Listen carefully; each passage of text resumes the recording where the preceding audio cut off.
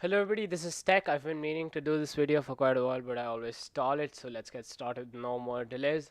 So this is a small video telling you how to lurk properly on a Twitch stream or stream. Lurking is basically just having the tab open and doing whatever you want on your PC otherwise. So you leave yourself as a viewer on that streamer's channel, and you can support them like that indirectly by not really watching but boosting their stats by leaving yourself as a viewer.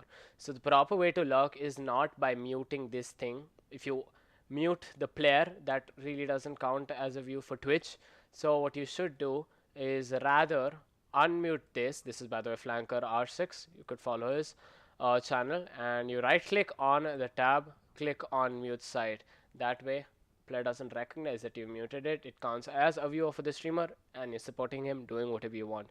So thank you for watching, guys, and peace out.